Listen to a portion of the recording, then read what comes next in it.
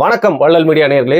ஏற்கனவே பாரி அவர்கள் நார்வேலேருந்து திரும்பி வந்ததை பற்றி ரொம்ப ஷார்ட்டாக பேசியிருந்தோம். தனியாக ஒரு காணொலியில் பேசணும்னு ஏற்கனவே முடிவு பண்ணியிருந்ததுனால நிறைய விஷயங்கள் இருக்குது, அதை மிஸ் பண்ணிடக்கூடாது, அவரோட அனுபவங்கள்லாம் பகிர்ந்துக்கணும் அப்படிங்கிறதுனால இந்த வீடியோவில் அவருடைய நார்வே பயணம், அது மட்டும் இல்லாமல் நார்வேயில் பார்த்து நிறைய விஷயங்கள் எப்படி தமிழ்நாட்டில் நிறைய நல்ல விஷயங்கள் இம்ப்ளிமெண்ட் பண்ணலாம் அப்படிங்கிற மாதிரி பாரி அவர்கிட்ட கேட்டு தெரிஞ்சுக்கலாம். வணக்கம். வணக்கம். ஸோ நம்ம ஏற்கனவே டிஸ்கஸ் பண்ண மாதிரி இந்த வீடியோ பண்ண வந்துட்டோம். இப்போ இன்னும் கொஞ்சம் லேட்டாக போகாமல் இப்போ பேசினா தான் உண்டு. ஸோ நார்வேயில் ஒரு பழமொழி இருக்கான், better to have one bird in hand then 10 in roof அப்படின்னு சொல்லிட்டு. அதாவது கையில இருக்க ஒரு பறவை எவ்வளவு மேலு, கூரை மேல இருக்க 10 பறவை. இது ஏன் நீங்க சொல்றேன் கேட்கலாம். இப்போ ரத்தம் இருக்கு தேடி பார்த்தாலும் ஃபர்ஸ்ட் அதாங்க வந்தது. ஞாபகம் வச்சுக்கிற மாதிரி தேடிட்டு இருக்கீங்களா ஏதாவது சொல்லணும்ல. இல்ல என் ஃப்ரெண்டு இருக்கான் ஆர்லிங் ஹாலாண்ட் அப்படின்னு சொல்லிட்டு. உண்மையிலேயே அங்க பறவைகள் அதிகமா தான் இருந்துச்சு. பேர்ட்ஸா? அது அடுத்தவங்க கூரையிலையும் இருக்கும். அதுல நார்வேல இருக்கக்கூடிய அந்த வீடு அமைப்புகள்ல பழைய காலத்து வீடு அமைப்பு இருக்குல்ல, அப்படி இருக்கும். இல்ல இப்பவும் அப்படிதான் இருக்கும். அந்த பழைய காலத்து வீடு அமைப்புல என்ன பண்ணுவாங்கன்னா, மண் இருக்குல்ல, மண்ணை அவங்க வீட்டு கூரையில போட்டுட்டு அதுக்கு மேல புல்லு வளர்த்துட்டு இருக்காங்க. சோ கூரை மேல புல்லு வளரும். அதுக்கு ரீசன் என்ன அப்படின்னு நாங்க கேட்டதுக்கு என்ன சொன்னாங்கன்னா, அவங்க மேல இந்த மாதிரி மண்ணு போட்டு செடி வளரும் பொழுது வீட்டுக்குள்ள இருக்க ஹீட்டும் வெளியில போகாது, வெளியில இருந்து எந்த டெம்பரேச்சரோட இம்பேலன்ஸும் வீட்டுக்குள்ள வராது. ஸோ இது அந்த காலத்துல அவங்க இன்னைக்கெல்லாம் பாத்தீங்கன்னா எலக்ட்ரிசிட்டி எல்லாம் வந்ததுக்கு அப்புறம் எல்லார் வீட்லயுமே பாத்தீங்கன்னா அந்த ஹீட்டர் எல்லாமே. அதனால நீங்க நார்வேனே, நான் தங்கியிருந்த வீடெல்லாம் நம்ம தமிழர்கள் வீடு தான், ஈழத்தமிழர்கள் வீடு தான். அங்கெல்லாம் பாத்தீங்கன்னா எனக்கு சென்னையோட வெப்பம் அடிக்குது. என்னங்க இவ்வளவு ஹீட்டை வச்சிருக்கீங்க? ஏன்னா எல்லாம் 50 டிகிரியில வச்சிருக்காங்க. என்னங்கன்னா அப்படிதான் இருக்கும் அங்க.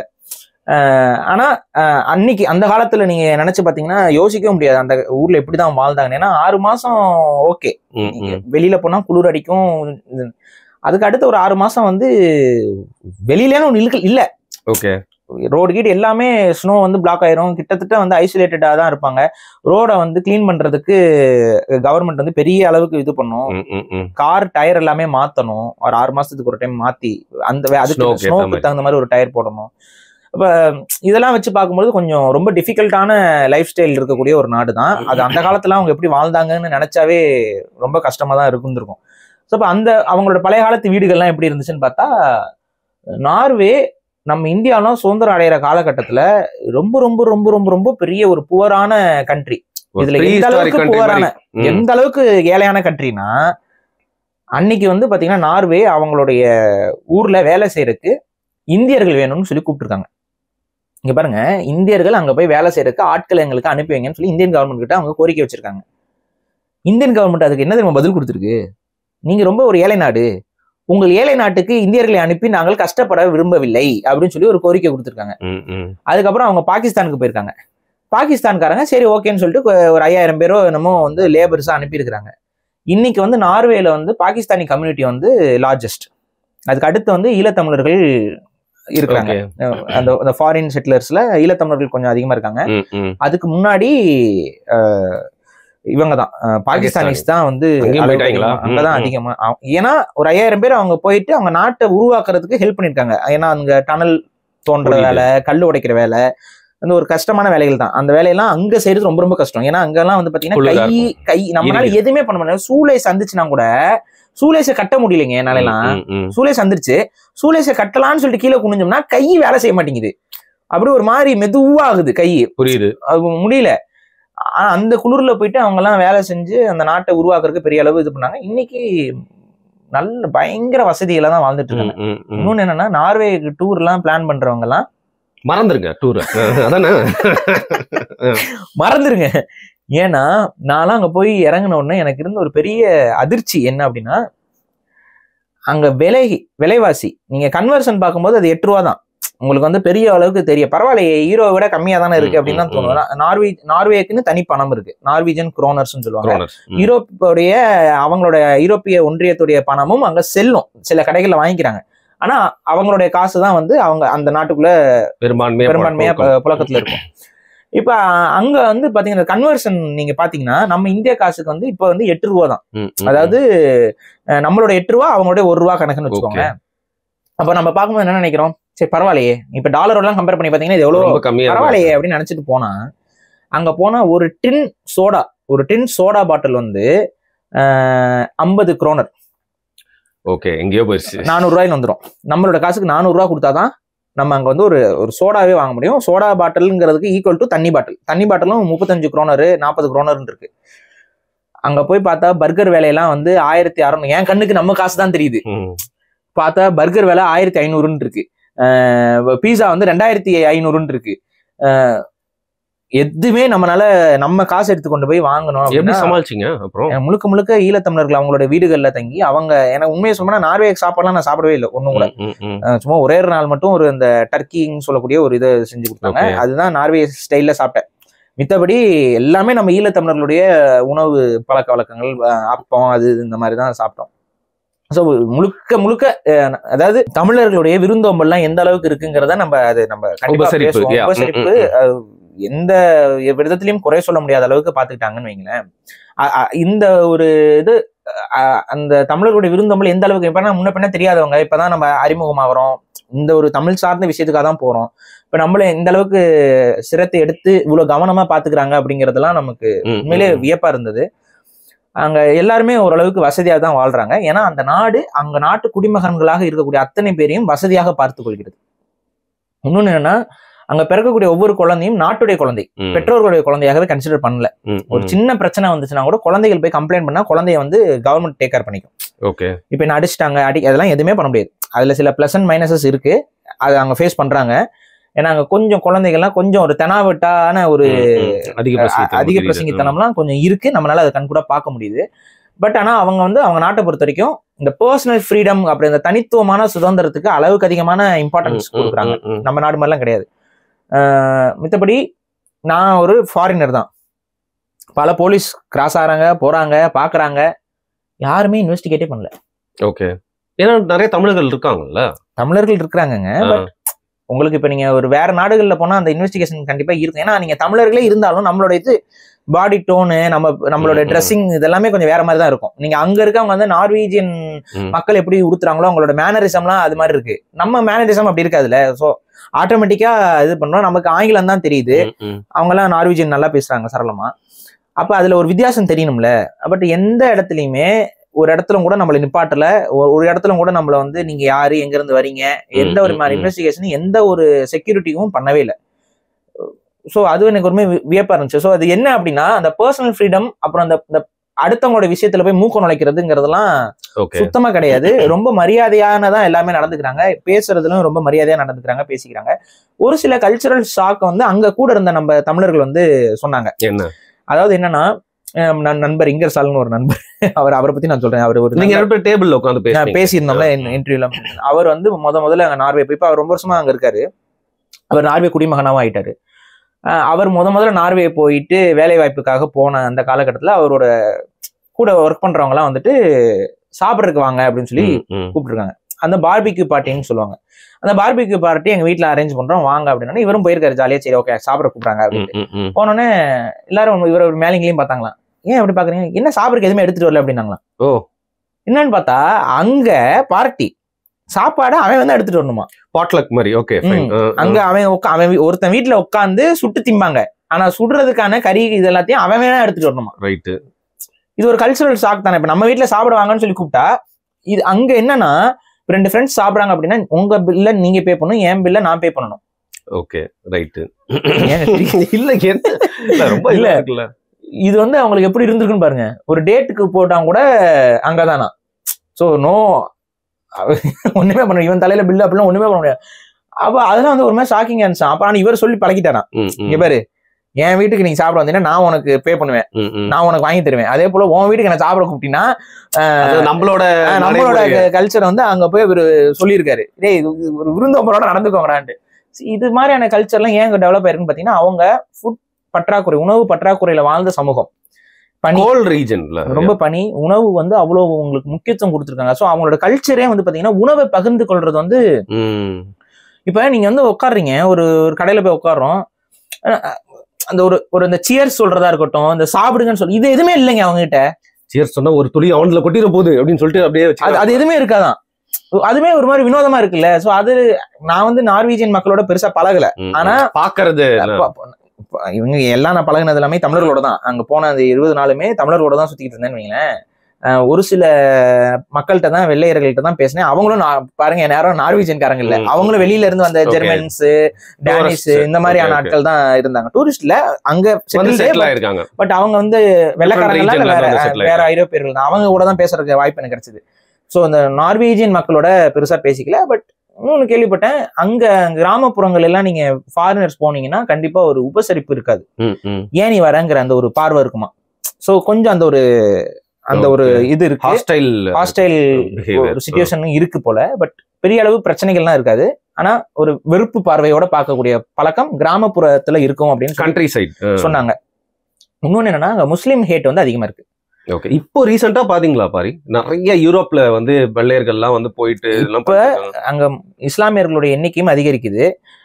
ரெண்டாவது வந்து இஸ்லாமியர்கள் அவங்களுக்கான ஒரு தனி பண்பாடு, அவங்களுக்கான ஒரு இது இருக்கு. அதுக்கப்புறம் இந்த மேரேஜ் இந்த மாதிரியான விஷயங்கள் எல்லாம், கன்வர்ஷன் இந்த மாதிரியான விஷயங்கள்லாம் நடந்துகிட்டு இருக்கு.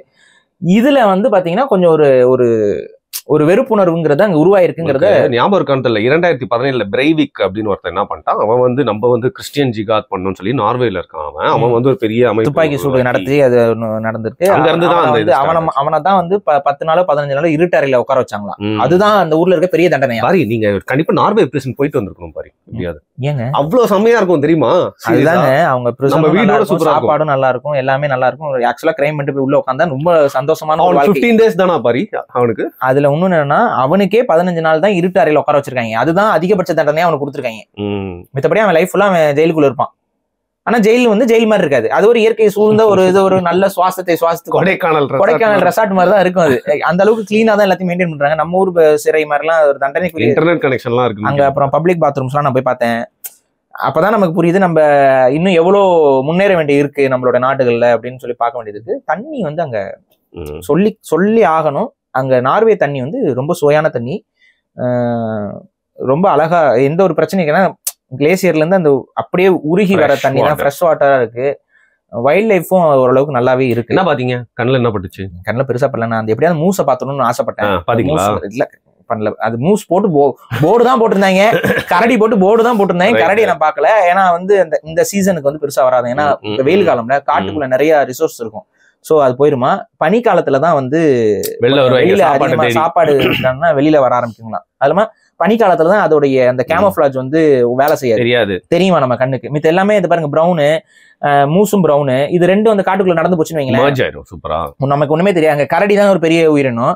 அதுக்கு அடுத்து மூஸ் பெரிய பெரிய உயிரினம். அதை நான் எப்படியா நேர்ல பார்த்தலாம் எவ்வளவு பெருசுக்கு இருக்கு அப்படின்னு சொல்லி. ஏன்னா வீடியோல பார்க்கும்போது தெரியும் அது குதிரையை விட பெருசா இருக்கும், கொம்பெல்லாம் பெருசா இருக்கும். ஆனா அதோடைய எலும்பு கூடுகளை பார்த்தேன். அந்த மூசோட எலும்பு கூடுகள் வந்து ஒரு நார்வே அதான் அவங்களுடைய கோயில் இருக்குல்ல, பழைய அந்த ஓடினுடைய கோயில். அந்த ஓடின் கோயில் ஒன்று இருந்துச்சு. உள்ள போக முடியலனால வெளியில இருந்து கொஞ்சம், ஏன்னா அவசரமா போனாலும் சந்நிதிக்கு போய் தரிசனம் பண்ணிட்டு வந்துருக்கலாம், போக முடியல. நம்ம தாரு கிட்ட சில படையல் எல்லாம் போட்டு எல்லாம் அப்படிதான் இங்க கும்பிட்டுருக்காங்க. சோ ஒரு படையல் கடையில போட்டு ஒரு டான்ஸ் கின்ஸ் ஆடி ஒரு வழிபாட்டுகள் போட்டு வந்திருக்கலாம், முடியல. அது உள்ள போட்டா ஓடினோருக்கான ஒரு சன்னிதானம், காக்கா இதெல்லாம் போட்டு ஒரு மாதிரி வச்சிருந்தாங்க. அதுக்கு வெளியில எல்லாம் பாத்தீங்கன்னா எலும்பு கூடுகள், இந்த வேட்டையாடப்பட்ட மிருகங்களோட எலும்புகள் இதெல்லாமே வச்சிருந்தாங்க. சோ பாக்குறதுக்கே வந்து ஒரு மாதிரி அப்படி ஒரு வேற வைப்ல இருந்துச்சு அந்த இடம். ஒரு இருக்கும், அது ஒரு சர்ச் மாதிரியான கன்ஸ்ட்ரக்ஷன் தான். பட் ஆனா கருப்பு கலர்ல ஒரு மாதிரி கொஞ்சம் வினோதமா ஒரு இந்த பேய் பங்களா மாதிரி கட்டி வச்சிருந்தாங்க. சோ அதெல்லாம் போய் பார்த்தோம். இன்னொன்னு என்னன்னா, நார்வேயை பத்தி சொல்லணும்னா அந்த ட்ரோல் அப்படின்னு சொல்றது, அது அவங்களுடைய ஒரு சின்னமாகவே மாறிடுச்சு. ட்ரோல்ஸ், மூக்கு நீளமா கல்ல எறியக்கூடிய ஒரு தன்மையில மைத்தாலஜிக்கல் கிரியேச்சர்னு சொல்லிட்டு. பட் அதை பத்தி கொஞ்சம் ஆய்வுகள் பண்ணி பார்க்கும் பொழுது நார்வேவுடைய உண்மையான பூர்வகுடி மக்கள் யாருன்னா சாமிகள். அவங்க பேர் சாமி மக்கள். அவங்கள சாமி மக்கள்னு சொல்றோம். நீங்க தெரிஞ்சோ தெரியாமலோ ஏன் அவங்களை அப்படி சொல்றாங்கன்னா, அவங்க மலை தொடர்ச்சியில வாழ்றாங்களா, மலை தொடர்ச்சியில கடவுள் தான் இருப்பாங்களாம். சோ கடவுளுடைய நேம்ல அவங்க ரெப்ரசென்ட் பண்றாங்க. அவங்க பேர் சாமி. நான் எதுவுமே சொல்லலைங்க, நீங்களா புரிஞ்சுக்கோங்க, கனெக்ட் பண்ணிக்கோங்க. சாமி மக்கள்ங்கிறது அவங்களுடைய அந்த பூர்வகுடி மக்களுடைய பேரு. அந்த சாமி மக்களை பின்னாடி வந்து அந்த கிறிஸ்டியன்ஸோட ஆதிக்கத்துல அவங்க வந்து ஒரு மாதிரி கிண்டல் அடிக்கிற ஒரு விஷயமாக மாறியதுதான் பிற்காலத்தில் வந்த மக்கள். அவங்க கிறிஸ்டியன்ஸ் கூட கிடையாது, இந்த இப்ப இருக்க நார்வேஜியன் மக்கள் இருக்காங்கல்ல, இவங்க அந்த பழங்குடி மக்கள் காட்டுக்குள்ள வாழ்றதை கிண்டல் அடிச்சு உருவாக்கப்பட்ட உருவம் தான் அந்த ட்ரோல் அப்படிங்கிறது சொல்றாங்க. இன்னைக்கு வரைக்கும் ட்ரோல் பண்ற அப்படின்னா நம்ம கிண்டல் ரொம்ப பிடிக்கும்னா அப்படிதான் வச்சுக்கிட்டேன். ட்ரோல் பண்றான் அப்படின்னா கிண்டல் அடிக்கிறான்னு அர்த்தம். சோ அந்த வார்த்தை எங்க இருந்து வந்திருக்குன்னு பாத்துக்கோங்க. அந்த வார்த்தையால தான் அந்த உருவமும் இருக்கும்.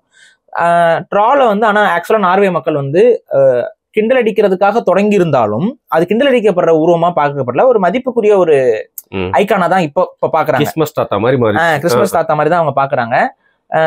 ஆனா அதை வந்து கடவுளாவும் கன்சிடர் பண்ண மாட்டாங்க, பேயாவும் கன்சிடர் பண்ண மாட்டாங்க, ஒரு நேச்சுரல் எலிமெண்டா பாக்குறாங்க. அதாவது எப்படின்னா அந்த மலை சார்ந்த ஒரு அந்த மாதிரி ஒரு உயிரிட பாக்குறாங்க. அது வந்து கூட்டமா இருப்பாங்க. சூரிய வெளிச்சத்துல அவங்க கல்லா மாறிடுவாங்க. நீங்க இன்னைக்குமே நார்த்ல வந்து ஒரு மைத் என்னன்னா அங்க நிறைய கல் இருக்குங்க. ஏன்னா அங்க வந்து கிளேசியர்ஸ் ஃபார்ம் ஆகுது, பனி ஃபார்ம் ஆகுது, உடையுது, உருளுது, இது மாதிரிலாம் இருக்கனால நிறைய அந்த மாதிரியான நேச்சுரலா கல் உடஞ்சு சில ஸ்ட்ரக்சர்ஸ் இருக்கும். அதுல சில ஸ்ட்ரக்சர்ஸ்ல வந்து இயற்கையாவே இந்த முகம் கொண்ட அமைப்புகள்லாம் இருக்கும். இதெல்லாம் வந்து அவங்க என்ன சொல்லுவாங்கன்னு பாத்தீங்கன்னா ட்ரோல் வந்து சூரிய வெளிச்சத்துல வந்து இப்படி ஆயிடுச்சு, அந்த மாதிரி இறுகி இப்படி கல் மாதிரி. சில இதெல்லாம் பாத்தீங்கன்னா சில கல்லெல்லாம் அந்த படுத்திருக்க மாதிரியான கல்கள்லாம் இருக்கும். அது ஒரு சில ரிசம்பலன்ஸ்ல இருக்க கல்லெல்லாம் அவங்க வந்து ட்ரோல் வந்து ஆயிடுச்சுங்கிற அந்த நம்பிக்கையோட சாரம் அது. ஆனா ஆக்சுவலா என்னன்னா மலைவாழ் மக்கள் அப்படிங்கிற அந்த உருவத்துலதான் அது காட்டப்படும். நீங்க அது நிறைய இடத்துல அந்த போட்டோஸ் எல்லாம் இருக்கும். ட்ரால் முடிஞ்ச அந்த போட்டோ நான் போடுறேன் பாருங்க. சோ நார்வே பத்தி பேசணும்னா பேசிட்டே இருக்கலாம். பட் இதுதான் உண்மையிலேயே. நார்வேல தெருநாய் இருக்கா பாத்தீங்களா? சுத்தமா இல்ல, சீரியஸா சுத்தமா தெருநாய்கள் கிடையாது. அங்க வாழ முடியாது தெருநாய்கள். பனிங்க, உயிர்களால் வாழ முடியாத பனிதான். காக்கா இருக்குதா? காக்கா ரொம்ப கம்மி. அப்படியா இருக்கு? ஆனா காக்கானா நம்ம ஊர் காக்கா கிடையாது, அங்க ரேவன் சொல்லக்கூடியதுல அதுல ஒரு வெரைட்டி இருக்கு. அதுல வந்து கொஞ்சம் வெள்ளை ரெக்க வரும். அது ஒரு இருந்துச்சு ஆக்சுவலா. காக்காவை நான் பார்த்தேன். ஆனா ஆக்சுவலா அங்க ஒரு வெள்ளை காக்கா இருக்கு. அந்த வெள்ளை காக்கா சும்மா சொன்னீங்க, அது பேரு சீகல். சீகல்னு ஒரு வகை பறவை இருக்குல்ல, கடல் பறவை, வெள்ளை காக்கான்னு சொல்லிட்டு. அது அங்க நம்ம தமிழர்கள் வெள்ளை காக்கான்னு தான் சொல்லிட்டு இருக்காங்க. ஆனா சீகல் வந்து ஆக்சுவலா ரொம்ப பிரெய்னி. எந்த அளவுக்கு பிரெய்னி அப்படின்னா நம்ம ஏதாவது உணவுப் பொருள்லாம் வாங்கிட்டு போனோம் அப்படின்னா அது தூக்கிட்டு போயிடும், திருடுது. அது ரெண்டாவது அதோட பறக்கிற தன்மையே வந்து பாத்தீங்கன்னா கிளைடிங். அது இல்லாம அந்த ஒரு ஏரோப்ளேன் மாதிரி நின்னுக்குதுங்க. இப்ப நம்ம காக்கெல்லாம் ஒன்னா முன்னாடி பறக்கும், ஒன்னா பின்னாடி பறக்கும், ஒன்னா கீழே இறங்கும். இது வந்து என்னன்னா ஒரே இடத்துல அப்படியே கிளைட் ஆகுது, அப்படியே கிளைட் ஆகுது. இப்ப நீங்க நடந்து போறீங்கன்னா உங்களுக்கு மேல அப்படியே கிளைட் ஆகிட்டே நிக்குது. கொஞ்சம் கவனம் குறைவா இருந்தீங்கன்னா கையில இருக்கிறது தூக்கிட்டு போயிடும். புரியுது. இந்த ஃபைண்டிங் நம்ம படத்துல எனக்குன்னு வருங்க. அதுதான் அது. அதேதான். நான் ஒரு இதுல போட்டோல வந்து புறாக்கள் பண்ணிட்டு இருந்தேன்ல, புறாக்களுக்கு நாங்க ஃபீட் பண்ணவே சீகல்ஸ் வந்தோடனே புறாலாம் ஓடிடும். சீகல்ஸ் வந்துருச்சுன்னா அது கொஞ்சம் ஒரு ரவுடித்தனம் பண்ணுதுங்க. புரியுது. அது ரெண்டாவது வந்து சீகல்ஸ் நிறைய சின்ன குழந்தைங்களை கொத்துன வரலாறு இருக்கு. இதெல்லாம் இருந்துச்சு. இன்னொன்னு நாங்க பார்த்த வைல்ட் லைஃப் வந்து பாத்தீங்கன்னா அன்னப்பறவைகள். ஸ்வான்ஸ் ஒரு காலத்துல இந்தியாவிலையும் இருந்தது. அது எதனால அழிஞ்சதுன்னு தெரியல. ஆக்சுவலா அழிஞ்சிருச்சு. நம்ம அன்னப்பறவை பற்றி நிறைய குறிப்புகள் வந்து நீங்க சங்ககால இலக்கியத்துலலாம் அன்னப்பறவை வீட்டுல வச்சு வளர்த்தது, அதை தூதுக்கு அனுப்புனது, அன்னப்பறவையோட காதல் தன்மையை வந்து புகழ்ந்து பேசுறது, இந்த மாதிரியான நிறைய விஷயங்கள் இருக்கும். அப்ப அந்த அன்னப்பறவையை வந்து ஆக்சுவலா வந்து அதோட ஹேபிட்டேட்ல பாக்குறதுக்கான ஒரு சூழல் இருந்துச்சு. சில போட்டோஸ் கூட எடுத்துக்கிட்டோம். நானு மன்னர்லாம் போய் கூட அந்த போட்டோ எடுத்துக்கிட்டோம். உண்மையிலேயே ரொம்ப ஒரு நல்ல ஒரு ஃபீல். ஏன் தெரியுங்களா? எந்த அன்னப்பறவையும் ரெண்டா தாங்க இருந்துச்சு. ஓகே, ஜோடியா தான் அன்னப்பறவையே நான் பார்க்க முடிஞ்சது. ரெண்டு ஜோடி, அது ஒன்னாதான் நீந்துது, ஒன்னாதான் லவ் பண்ணுது, அது ஒன்னாவே அதெல்லாம் ஆக்சுவலா ரியலா பண்ணிட்டு இருக்குது. வந்துட்டு அநியாயத்துக்கு காதல் பண்றாங்க. இன்னொன்னு என்னன்னா, நான் போய் கேட்டேன், இது என்னங்க ஒவ்வொரு லேக் இருக்கும் அங்க உங்களுக்கு பாத்தீங்கன்னா, நிறைய லேக் இருக்கும், நிறைய கடல் இருக்கும், கடல் உள்ள வந்து பேக் வாட்டர்ஸ் இருக்கும், இந்த மாதிரிலாம் இருக்கும். அதுல வந்து நன்னீர் லேக்ஸும் இருக்கும். ஆனா அதுலயுமே லைட்டா உப்பு கறிங்கன்னு வைங்களேன், கொஞ்சம் வேணா அந்த கடலுடைய கொஞ்சம் கலந்துதான் இருக்குங்க. அங்க அந்த மாதிரியான இடத்துல அந்த ஸ்வான்ஸ் வந்து நீந்துது. ரெண்டு ஜோடி தான் ஒரு குளத்துக்கு இருக்கு. அது ஒரு பேர். அந்த குளத்துல வேற ஜோடி இல்ல. வேற ஒரு குளத்துக்கு போனீங்கன்னா அங்க ரெண்டு இருக்கு. நான் கேட்டேன், என்ன இப்படி புடிச்சு விடுறாங்களான்னா, இல்லைங்க, அதுக்குன்னு ஒரு வாழ்வியல். இங்க மனிதர்களோட வாழ்வியல் அப்படியே மாறிடுச்சு. ஆனா இந்த பறவைகளோட வாழ்வியல் அப்படியே இருக்கு பாருங்க. அது ஒருவனுக்கு ஒரு சின்ன வாழுமா, ஒரு அன்னப்பறவை இருந்துச்சுன்னா இன்னொன்னு வந்து சோகத்திலே செத்து போயிருமா, அது ஒரு மாதிரி சாப்பிடாம கொள்ளாம செத்து போயிருமா. இதெல்லாமே அவங்க அங்க இன்னும் அப்படியே அதை பிராக்டிஸ் பண்ணிட்டு இருக்கு. எங்க போனாங்களாலும் ஒரு அன்னப்பறவை பாத்தீங்கன்னா இன்னொரு அன்னப்பறவை இருக்கு. அந்த பேர் அப்படியே தான் நான் தேடினேன். ஒண்ணு மட்டும் கண்ணில் படும்போது கொஞ்சம் தேடி பாத்தீங்கன்னா பக்கத்திலே தான், அதுவும் தூரமாலாம் இருக்காது, பக்கத்திலே எங்கேயாவது இன்னொன்னு நீந்திட்டு இருக்கும். ரெண்டு இருக்குன்னா அதுக்கப்புறம் வேற ஒண்ணு இருக்குல்ல. இப்ப 4 பேரு 5 அப்படிலாம் எதுவுமே இல்ல. அங்க அதோட பிஹேவியர் அப்படியே இருந்துச்சு. ரொம்ப நல்லா இருந்துச்சு. அதுக்கப்புறம் அந்த 6 மாசம் வந்து பனி ஆயிரும் போல. சோ இது எல்லாமே நிறைய பறவைகள் நிறைய உயிரினங்கள்லாம் வந்து ஹைபர்னேஷன் போகணும், இல்ல வந்து ஒரு மாதிரி அதோட லைஃப் ஸ்டைலே அதுக்கு தகுந்த மாதிரி தான் அடாப்ட் ஆயிருக்குங்க. சோ எனக்கு தெரிஞ்சு இந்த ஸ்வான் எல்லாம் வந்து பறந்து போயிரும்னு நினைக்கிறேன். வேற எங்கேயாவது வலச போயிருவாங்கன்னு நினைக்கிறேன். இப்ப இந்த நான் போனது வெயில் காலம்ல, சோ அந்த டைம்ல தான் இது வந்து இருந்துச்சு. ஃப்ளவர்ஸ் எல்லாம் நல்லா பூத்து இருக்கா? ஏங்க நீங்க இன்னும் நான் சொல்றேங்க, நார்வேல நீங்க வந்து பிச்சைக்காரனா இருந்துட்டீங்கன்னா கூட சாப்பிட்டுலாம். ஏன்னா நாங்க ஒரு ஃப்ரோசன் நதி ஒண்ணு இருந்துச்சு, நதி ஃப்ரோஸ் ஆயிருச்சு. அங்க ஏதோ ஒரு எரிக்கல் விழுந்துருந்துச்சு. மன்னர் நாங்க ஆய்வு செய்யணும்னு போனாரு. கடைசியில அந்த எரிக்கல் இருக்கிறத பார்க்க முடியல, லாக் பண்ணியிருந்தாங்க. ஸோ அங்க நாங்க போகும்போது அந்த கொஞ்சம் அந்த ஃபாரஸ்ட் ஏரியா மாதிரியான இடம், அதுக்குள்ள போறோம். கீழே செடிகள்லாம் இருந்துச்சு. பாக்குறேன் எல்லாம் பெரி எடுத்து திங்கலாம். நீங்க வந்து ப்ளூபெரி இருக்கு, அதுக்கப்புறம் அந்த ராஸ்பெரின்னு சொல்லுவாங்கல்ல அந்த பெரிஸ் இருக்கு. இது எல்லாமே வெயில் காலத்துல அப்படியே கொத்து கொத்தா இருக்கு. நீங்க நினைச்சீங்கன்னா எடுத்தீங்கன்னா ஒரு 5 கிலோ 6 கிலோ பெரிஸை வந்து நீங்க வந்து அங்கேயே பொறிக்கிடலாம். பசியே வராது உங்களுக்கு. பெரிஸ் சாப்பிட்டு கூட உயிர் வாழ்ந்துடலாம். ஆனா பாருங்க நாங்க ஒண்ணும் கூட பறிச்சு சாப்பிடல. ஏன்னா அது விஷப்பழமா இருந்தா என்ன பண்றதுன்னு சொல்லி ஒரு பதட்டத்தை உருவாக்கிட்டாப்ல. ஆனா விஷப்பழம் இல்ல, ப்ளூபெரி தான். அதே போல ராஸ்பெரி இருந்துச்சு. அப்புறம் நமக்கு தெரியல, ஒரு சில பெரிஸ் பேர்லாம் தெரியல, ஆனா நிறைய பெரிஸ் இருந்துச்சு. அதுல எது எடிபிள் எதுன்னா நம்ம தின்னு பார்த்தா தான் தெரியும். பட் அது ஒரு ரிஸ்கி, ஏன்னா அங்க பக்கத்துல ஹாஸ்பிட்டல் எதுவும் கிடையாது, காட்டுக்குள்ள இருக்கும். சோ எதுக்கு அந்த ரிஸ்க் எடுத்துட்டுன்னு சொல்லி சாப்பிடலன்னு வைங்களேன். பட் ஆனா அது உணவாக உட்கொள்ளக்கூடிய பழங்கள் தான். அந்த பழங்கள்லாம் கடைகள்லயும் இருந்துச்சு. அப்ப அந்த மாதிரியான விஷயங்கள்லாம் ரொம்ப நல்லா இருந்துச்சு. நான் போனது பெர்கன், அதுக்கப்புறம் ஆஸ்லோ, இந்த ஊர்கள் 2 ஊருக்கு தான் போனோம். அதுக்கப்புறம் நடுவுல போற வழி பாதைகள் இது, அப்புறம் அங்க நடுவுல சில கிராமங்கள், கிராமம்னா ஒரு கண்ட்ரி சைட் மாதிரி இருக்க இடங்கள், அவங்களோட நேட்டிவான இடங்கள், அப்புறம் சில டேம்ஸ், அந்த மாதிரி ஃப்ரோசன் டேம்ஸ் எல்லாம் இருந்துச்சு. டனல்லாம் வந்து பாத்தீங்கன்னா குறைஞ்சு போட்டு வச்சிருக்காங்க. அதெல்லாம் 20 கிலோமீட்டருக்கு ஒரு டனல், 15 கிலோமீட்டருக்கு ஒரு டனல்லாம் இருக்குது. உள்ள போயிட்டீங்கன்னா நெட்வொர்க் எல்லாம் கட் ஆயிரும். Full tunnel. ஒரு சில டனல்ஸ் எல்லாம் வந்து பனி காலத்துல மூடிடுவாங்க. ஒரு சில டனல்ஸ் வந்து டனல் ஓப்பன் ஆயிருக்கான்னு செக் பண்ணிட்டு தான் போகணும். அந்த மலை பகுதிகளில் பனி பகுதிகளில் டனல் மூடி இருக்காங்களா, ஓப்பன் ஆயிருக்கான்னு சில நேரங்கள்ல டிரான்ஸ்போர்ட்லாம் கொஞ்சம் அப்படியே லாக் ஆயிரும் போல இருக்கு. இது எல்லாமே ஆன்லைன்ல உங்களுக்கு காட்டுறாங்க. அவன் வந்து கரெக்டா ஃபீட் கொடுத்துட்டே இருக்கான். ஏன்னா இவங்களே செக் பண்ணி தான் போறாங்க. அவங்க போறதை வச்சு நான் புரிஞ்சுக்கிட்டேன். செக் பண்றாங்க, இது இந்த டனல் ஓப்பனா இருக்குன்னா போயிடுறாங்க. அதுக்கப்புறம் இங்க நிறைய அதாவது எப்படின்னா இந்த நாட்டுக்கு நடுவுல கடல் பூந்து இருக்கு. சோ என்னன்னா கார் எல்லாம் போய் ஒரு இடத்துல நின்றுவாங்க, ஒரு கப்பல் வருது, ஒரு கப்பல், அந்த கப்பல்ல எல்லா காரும் ஏறிக்குவாங்க. அந்த கப்பல் அப்படியே மூவ் ஆகி போகும், அதுக்கு ஒரு டிக்கெட் இருக்கும், அப்படியே மூடி போய் இன்னொரு இடத்துல கொண்டு போய் நின்றுவாங்க. இந்த மாதிரி தான் நிறைய பகுதிகளுக்கு போற இடங்கள் இருக்கு. நீங்க என்ன சொல்லுங்க, இப்ப பாருங்க, நேற்று ஒரு மீம் பார்த்தேன். 2 பில்லியன் பீப்புள் வந்து உலகத்துல ஃபுல்லா பிறந்திருக்காங்க. 5 பில்லியன் பீப்புள் ஒரே இடத்துல குமிஞ்சிருக்காங்க, சைனா இந்தியான்னு சொல்லிட்டு. அந்த வாழ தகுந்தக்கூடிய இடம் அப்படிங்கிறது அழகா இருக்கும். இதெல்லாம் கொஞ்சம் போய் பாத்தீங்கன்னா எல்லா பக்கமும் அழகா இருக்கும். நமக்கு அது அழகா தெரியும். ஆனா அங்க வாழ்றது கொஞ்சம் கஷ்டம் தான். அங்க வெளியில வரவெல்லாம் ஃபுல்லா போத்திட்டு தான் வரான், வாங்கிட்டு தான் வரான். மூக்குல இருந்து ரத்தம் வருது நமக்கு அங்க போனா. போகும்போது சொன்னாங்க ரத்த காவு வாங்கிருங்க அப்படின்னாங்க. என்னங்க சொல்றீங்கன்னு பதறிட்டே தான் போனேன். பட் வலிக்கல. இந்த மூக்குல வந்து இந்த குளிர்ச்சியான காத்து போகும்போது உள்ள ட்ரை ஆகி அது நம்மளோட நாஸ்ட்ரல் இதுல ட்ரைனஸ் ஆனா ப்ராப்ளம் ஆகும். ப்ளீடிங் வருது. ப்ளீடிங் எனக்குமே வந்துருச்சு, கடைசி இதுல வந்துருச்சு. ரொம்ப நாளைக்கு வராம இருந்துச்சு. பட் ஆனா அதை அவாய்ட் பண்ணலாம். உள்ள அந்த ஒரு மாதிரி ஒரு வேக்ஸ் மாதிரி கொடுப்பாங்க, அது உள்ள நம்ம ஊர்ல விக்ஸ் இருக்குல்ல, அந்த மாதிரி தடவிக்கலாம் கொடுப்பாங்க. அது நமக்கு மூக்க மூடிக்கலாம், வேற வழியே இல்ல அப்படின்னு தான் இருக்கு. நமக்கு கொஞ்சம் அன்னீசியா இருந்துச்சு அதெல்லாம். பட் அதெல்லாம் கரெக்டா ஃபாலோ பண்ணா வராதுன்னு நினைக்கிறேன். நான் அதெல்லாம் ஃபாலோ பண்ணலன்னு வைங்களேன். சோ அதனால கடைசி நேரத்துல மூக்குல இருந்து கொல ரத்தம் கொட்ட ஆரம்பிச்சு. ஆமா, ரத்தம் வர ஆரம்பிச்சிருச்சு. சோ இதெல்லாம் கொஞ்சம் முடிவு பண்ணிட்டு போங்க. இங்க இருந்து நான் போகும்போது ஒரு சிலர் எனக்கு அட்வைஸ் பண்ணுவாங்க, வெயில் காலத்துல போறோம் இருந்தாலும் தெர்மல்லாம் கட்டாயம் அப்படின்னு சொல்லி தெர்மல் ட்ரெஸ் எல்லாம் வேற நான் வாங்கிட்டு போனேன். கடைசியில நான் தெர்மலே போடல. ஆனா ஒருத்தர் போட்டுக்கிட்டு இருந்தாரு. யாரு நீங்க முடிவு பண்ணிக்கோங்க. என் கூட வந்ததுல யாரு இந்த மாதிரி தெர்மல் போட்டுட்டு சுத்திருப்பான் நீங்க யோசிச்சுக்கோங்க. போய் பாக்குறேன் நான். அவர் எங்க போனாலும் தெர்மலோட தான் வராரு, தெர்மலோட தான் போறாரு. நான் எனக்கு தெர்மல் போட்டா புழுக்கம் தாங்க முடியல. நார்வேலையுமே புழுக்கம் வருது, நமக்கு அது ஒத்துக்கல. பட் சிலருக்கு வந்து குளிர் அதிகமா தாங்க முடியாதுங்கிறவங்களுக்கு அந்த தெர்மல் போட்டாதான் வெளியில வர முடியும். ஸோ அது மாதிரிதான் இருந்துச்சு. ஸோ இதுதான் நார்வேயோடைய அவங்களுடைய கவர்மெண்ட். இன்னொன்னு, ஒரு மொழியியல் அடிப்படையில நீங்க பாத்தீங்க அப்படின்னா எங்கேயுமே இங்கிலீஷ் பார்க்க முடியாது. முழுக்க நார்வீஜியன்ல தான் போர்டு இருக்கும், எழுத்து இருக்கும். நீங்க அங்க போயிட்டு நீங்க போய் நின்னீங்கன்னா ஒண்ணுமே புரியாது. டிரான்ஸ்லேட்டர் தான், கூகுள் டிரான்ஸ்லேட்டர் வச்சு மட்டும் தான் பார்க்கணும். முழுக்க அவங்களுடைய மொழி, தாய்மொழிக்கு தான் அவங்க முக்கியத்துவம் கொடுத்துருக்காங்க. அவங்களோட பணம் தனி பணம். இன்னொன்னு கவனிக்கணும், அந்த நார்வே பாப்புலேஷன் மொத்தமாவே 55 லட்சம் நாட்டுல. ஓகேவா, 55 லட்சம். நம்ம இந்த சென்னையை விட பாப்புலேஷன் கம்மி அந்த நாட்டுல. அப்படி இருக்கும் பொழுது அவர்கள் ஒரு தேசிய இனம். அவர்களுக்குன்னு எல்லா உரிமையும் இருக்கு. நீங்க நல்லா 55 லட்சம் தான் மக்கள் மொத்தமாவே.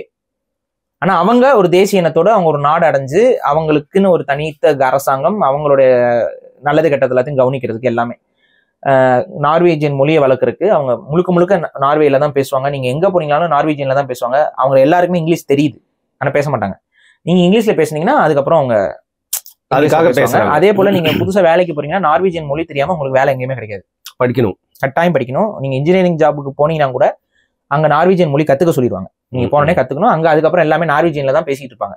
ஓகே. நம்ம ஆட்களுமே தமிழ்நாட்டுல இருந்து போனவங்களே நிறைய பேர் இருந்தாங்க. ஈழத்தமிழர் இல்லாம தமிழ்நாட்டு தமிழர்களும் நிறைய பேர் இருக்காங்க.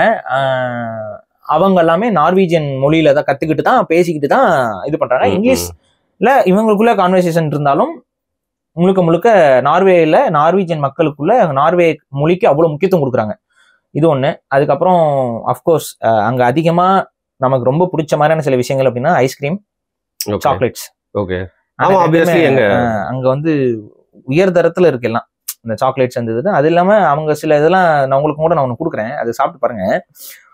லக்ரீஸ் அப்படின்னு சொல்லிட்டு நம்ம ஊர் அந்த பட்டை இருக்குல்ல, அந்த பிரியாணிக்கெல்லாம் போடுவாங்க ஒரு பட்டை, அந்த பட்டையை வந்து அவங்க வந்து அதிகமா உணவா எடுத்துக்கிறாங்க. அதுக்கு ரீசன் என்னன்னா அது வந்து பிளட் ப்ரெஷரை வந்து கொஞ்சம் இன்க்ரீஸ் பண்ணி கொடுக்கும், வந்து இன்க்ரீஸ் பண்ணி கொடுக்கும். அப்புறம் வந்து அது வந்து இயற்கையாகவே மூக்கடைப்புகளை ரிலீஃப் பண்ணுது. ஸோ அந்த லக்ரீஸ் நான் உங்களுக்காக தான் வாங்கிட்டு வந்திருக்கேன், நான் கொடுக்குறேன். கண்டிப்பா நான் நம்புறேங்க. இல்ல நான் உங்களுக்கு நான் கொடுக்குறேன். அதை நீங்க வாயில போட்டீங்கன்னா மூக்கடைப்புலாம் உடனே கிளியர் ஆகும். Okay okay. இந்த சம்மர்ல எனக்கு மூக்கடைப்பு வந்து கிளியர் ஆகுது. இல்ல அது நீங்க ஏதாவது எனக்கு கொடுப்பாருப்பா அடுத்த எபிசோட் நான் சாப்பிட்டுக்கிட்டே வந்து கேள்வி கேட்க சாப்பிட்டுட்டே உங்களால கேள்வி தான் கேட்க முடியாது. அது ஒரு மார்க்கமா இருக்கு. அது எப்படி பழகுறாங்கன்னே தெரியல. ஓகே. ஜோலோ சிப்ஸ் மாதிரி போல. சிப்ஸ் மாதிரிலாம் இருக்காதுங்க, முட்டை மாதிரி இருக்கும், கேண்டி மாதிரி இருக்கும். ஆனா அது அதை நீங்க சாப்பிட்டீங்கன்னு வைங்களேன், அது சத்தியமா உங்களுக்கு பிடிக்காது, யாருக்குமே பிடிக்காது. ஆனா அது எப்படி அவங்க திங்கிறாங்கன்னு இன்னைக்கு வரைக்கும் அவங்க எல்லாருமே அதை வந்து அவங்க பழக்கமா அதை விரும்பி சாப்பிடுறாங்க. அது எல்லா கடையிலும் இருக்கும். அது அவங்களோட பாரம்பரிய உணவுல அது ஒண்ணு இருக்கு போல. மத்தபடி நான்வெஜ் இதெல்லாம் உணவு பழக்க வழக்கங்கள் எல்லாமே அவங்களுடைய ஸ்டைல் கொஞ்சம் அது ஒரு மாதிரி வித்தியாசமா தான் இருக்கும்னு வைங்களேன். ரைட். இப்போ இந்த நிறைய கேள்விப்பட்டிருக்கு ஹாப்பி இண்டெக்ஸ்ல எப்பவுமே இந்த கண்ட்ரீஸ்லாம் வந்து மேல இருக்குது. அண்ட் எஜுகேஷன்ல வந்து பாத்தீங்கன்னா பின்லாந்து, நார்வே எல்லாம் எப்பவுமே இது பண்ணிருப்பாங்க. சோ எஜுகேஷன் பத்தி ஏதாவது கேள்விப்பட்டீங்களா? அது எப்படி இருக்கு? அங்க நம்ம தமிழ் ஸ்கூலுக்கு நான் போனேன். அங்க நார்வேஜியன் அண்ட் தமிழ் கத்துக் கொடுக்கப்படும் தமிழ் பள்ளிகள்லயும். இது தமிழ் வழி பள்ளிகள், அதாவது தமிழ்ல தான் எல்லாத்தையுமே படிப்பாங்க. அவங்க நார்வேஜியனையும் படிச்சுக்குவாங்க. இது வந்து அவங்க கவர்மெண்ட் நமக்கு வந்து உருவாக்கி கொடுத்துருக்கிற சில விஷயங்கள், சலுகைகள் வைக்கலாம், சலுகையோ உரிமையோ. நான் போனது வந்து பாத்தீங்கன்னா ஆஸ்லோ, அதாவது தலைநகரம். அங்க இருக்கக்கூடிய அன்னை பூபதி அப்படிங்கிறது, அன்னை பூபதினா வேற யாரும் கிடையாது, இந்திய அமைதிப்படை இலங்கைக்கு போனப்ப அந்த இந்திய அமைதிப்படையை திரும்ப பெற கூறி முதலில் உண்ணாவிரத போராட்டம் செய்து உயிர் துறந்த முதல் பெண் போராளி, உலகத்திலேயே உண்ணாவிரதத்துல இறந்த முதல் பெண் போராளி அவங்கதான். அவங்களோட நினைவாகத்தான் அந்த அன்னை பூபதி அப்படின்னு சொல்லி பள்ளிகளை வந்து தொடங்கி இருக்கிறாங்க ஈழத்தமிழர்கள் எல்லாம். அவங்களுடைய பள்ளியில வந்து பாத்தீங்கன்னா ஒரு கருத்தரங்கு நடந்துச்சு. அந்த கருத்தரங்குல போய் நான் கலந்துட்டேன். அதுக்கு முன்னாடி அவங்க அந்த பள்ளிக்கூடங்கள்ல சுத்தி காமிச்சாங்க. அதுல அந்த பள்ளியில ஒரு நிர்வாகியாக தமிழ்நாட்டை சார்ந்த பிரபு கண்ணன்ங்கிற ஒரு நிர்வாகி, அவர் தான் இது எல்லாத்தையும் ஏற்பாடு பண்ணது. அவர் தமிழ்நாட்டை சார்ந்தவர் தான். அவரும் அங்க வேலை செய்யறாரு. அவர் வேலை செய்யறாருன்னு சம்பளத்துக்குலாம் இல்ல, சோ வந்து தன்னார்வலர்கள்லாம் அங்க நிறைய வாலண்டியரா அங்க நிறைய பேர் வேலை செய்யறாங்க. இப்ப அந்த அன்னை பூபதி ஸ்கூலுக்கு நான் போகும்போது எனக்கு உண்மையிலேயே வந்து புல்லரிச்சு போச்சுங்க. காரணம் என்னன்னா, நம்ம தமிழ்நாட்டுல கூட இந்த அளவுக்கு தமிழ் ஸ்கூல்ஸ் இருக்குமா, தமிழ் ஸ்கூல் இந்த அளவுக்கு ஒரு அட்வான்ஸ்டா இருக்குமா அப்படிங்கிறது கேள்விக்குறிதான். அந்த அளவுக்கு நல்லா அட்வான்ஸ்டா பண்ணியிருந்தாங்க. லைப்ரரி இருந்துச்சு, அதெல்லாம் நம்ம தமிழ்நாட்டில் இருக்கக்கூடிய புத்தகங்கள் கிட்டத்தட்ட இருந்துச்சுன்னு ஓரளவுக்கு ஒரு ஆஹா ஓஹோ பெரிய லைப்ரரி இல்லை, பட் ஒரு அந்த நார்வேல அங்க இருக்க பாப்புலேஷனுக்கு ஓகேவான ஒரு லைப்ரரி ஒன்று இருந்துச்சு. அதுக்கப்புறம் வந்து பாத்தீங்கன்னா வீணைக்கு தனியா ஒரு கிளாஸ் இருந்துச்சு. அதுக்கப்புறம் வந்து தமிழ் மார்ஷியல் ஆர்ட்ஸ்க்கு ஒரு தனி கிளாஸ். சூப்பர். அப்புறம் வந்துட்டு இன்னும் வந்து பாத்தீங்கன்னா அங்க குழந்தைகளுக்கு தமிழ் மொழி சொல்லி கொடுக்குற மாதிரியான கிளாஸஸ், அந்த பிக்டோரியல் இதெல்லாம் வச்சு, இந்த ப்ரொஜெக்டர்லாம் வச்சு அந்த மாதிரியான கொஞ்சம் அட்வான்ஸ்டா ஈஸியா கத்துக் கொடுக்குற மாதிரியான கிளாஸஸ். அதுக்கப்புறம் வந்துட்டு அங்க இருந்து ஸ்போர்ட்ஸ்லயும் தமிழர்களுக்கான ஸ்போர்ட்ஸ்லாம் வந்து, அதாவது இங்க இப்ப ஃபுட்பால் பிளேயர்ஸா இருக்காங்க, கபடி பிளேயர்ஸ், இந்த மாதிரி வேர்ல்டு லெவல்ல இருக்கக்கூடிய ஸ்போர்ட்டிங் ஆக்டிவிட்டிஸ் இதுக்கெல்லாம் வந்துட்டு அங்கேயே ட்ரைனிங்க்கு அதுக்கு கிரவுண்டு இதெல்லாம் எல்லாமே இருந்துச்சு. அப்புறம் ஹிஸ்டரிக்குன்னு தனியா ஒரு செக்மெண்ட் அதுக்கு இருந்தது. அப்புறம் அங்க இருக்க ஸ்கூல்ஸோட அந்த பேசிக்கான ஒரு ஸ்ட்ரக்சரும் அதுக்குள்ள இருக்கு. அங்க போறவங்களுக்கு சாப்பாடு வந்து அங்கேயே கொடுக்கப்படும். ஓகே, ஸ்கூல்லேயே வந்து தான் போகணும். அப்ப அந்த சாப்பாடு வாங்குற இடம், அவங்க அந்த கேன்டீன், அதுக்கான அந்த உணவுகள் என்னென்ன, இந்த பட்டியல் எல்லாமே எனக்கு விலைக்கு காமிச்சாங்க. ஓகே. அது வீடியோ கூட இருக்கு, பட் ஆனா சில காரணங்களுக்காக அதை நான் பதிவு பண்ண முடியல. அப்ப என்னன்னா முழுக்க முழுக்க வந்து பாத்தீங்கன்னா ஒரு உயர்தரத்துல உயர்தரத்துல தமிழ் கல்வியை கற்றுக் கொடுக்கக்கூடிய இடமாக அது இருந்தது. நிறைய நான் போன அன்னைக்கு பாத்தீங்கன்னா ஹாலிடே டைம்ல தான் போனேன். ஸோ வந்து ஸ்கூல் நடக்கல, ஸ்கூல் நடக்காத டைம்ல தான் நான் போனோம். ஸோ அவங்க எல்லாத்தையுமே சுத்தி காமிச்சாங்க. அங்க நிறைய மாணவர்கள் படிக்கிறாங்க, ரொம்பவே அதிகமான மாணவர்கள், 5000 மாணவர்களே நம்ம வந்துட்டு அங்க படிச்சுட்டு இருக்காங்க போல. ஸோ ஒரு பெரிய ஸ்கூல் வந்து நீங்க வந்து சின்னதா சொல்ல முடியாது. ஒண்ணு என்னன்னா இந்தியாவில இருந்து போற பெரும்பான்மையான பேரண்ட்ஸ் வந்து அந்த ஸ்கூல்ல தான் குழந்தைகளை படிக்க வைக்கிறாங்க. நான் அதுலதான் ஆக்சுவலா போனதுல சொன்னா பாத்தீங்களா, சில இந்த இந்தியன் தமிழர்களுக்கும் அங்க இருக்க ஈழத்தமிழர்களோட சிலபஸ் அவங்க இது பண்ணி வைக்கும்போது பண்டாரவணியன் ஏன் படிக்கணும்லாம் இங்க எல்லாம் பிரச்சனை பண்ணிட்டுலாம் இருந்திருக்காங்க. ஸோ இதெல்லாம் கொஞ்சம் அந்த அண்டர்ஸ்டாண்டிங்கோட புரிஞ்சுக்கணும்.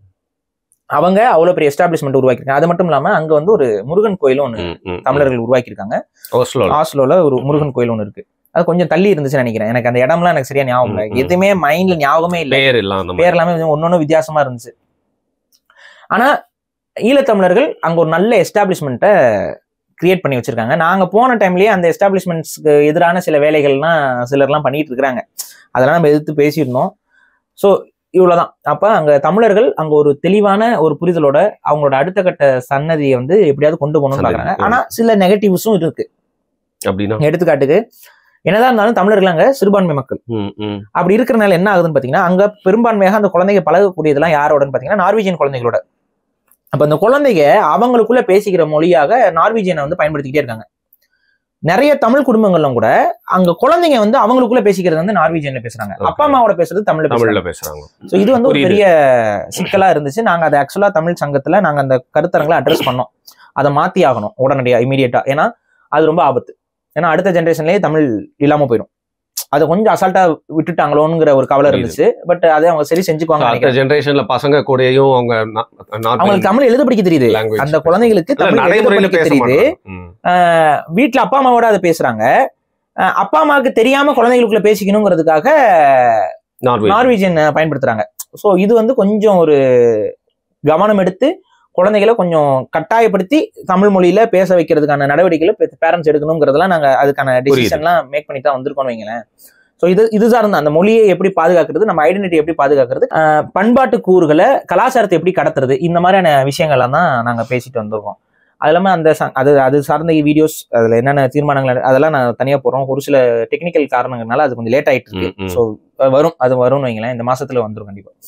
இப்ப இதுல என்ன அப்படின்னு பாத்தீங்கன்னா, இப்ப நம்மளோட பர்சனலா நான் போனதுல சிலர் வந்து நம்ம தேங்க் பண்ண வேண்டியது இருக்கு. அதை நம்ம பேசிடுவோம்.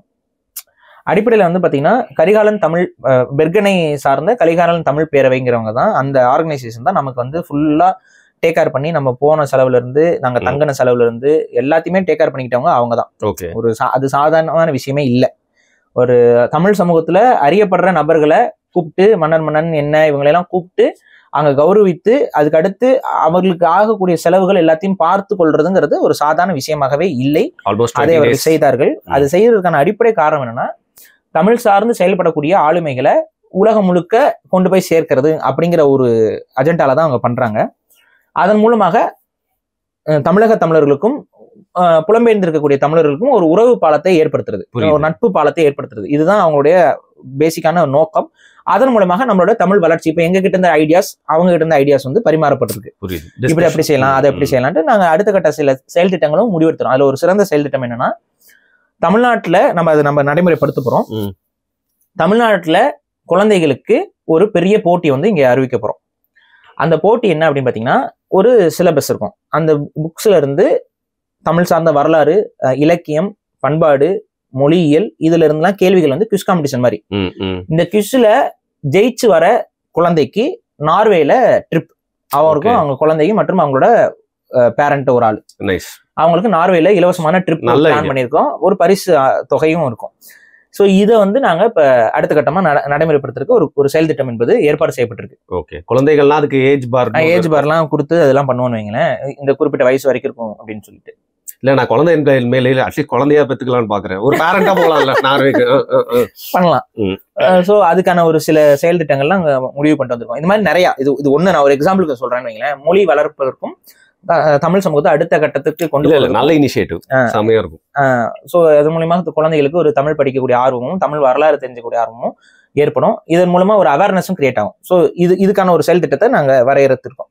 இந்த மாதிரி பல செயல் திட்டங்கள் வந்து அங்கே வரையறுக்கப்பட்டிருக்கு. நிறைய ஆப்ஸ், இப்போ இங்கர்சால் அவர்லாம் வந்து பார்த்தீங்கன்னா அதுலேயே தான் தொடர்ச்சியாக பணி செஞ்சுட்டு இருக்காரு.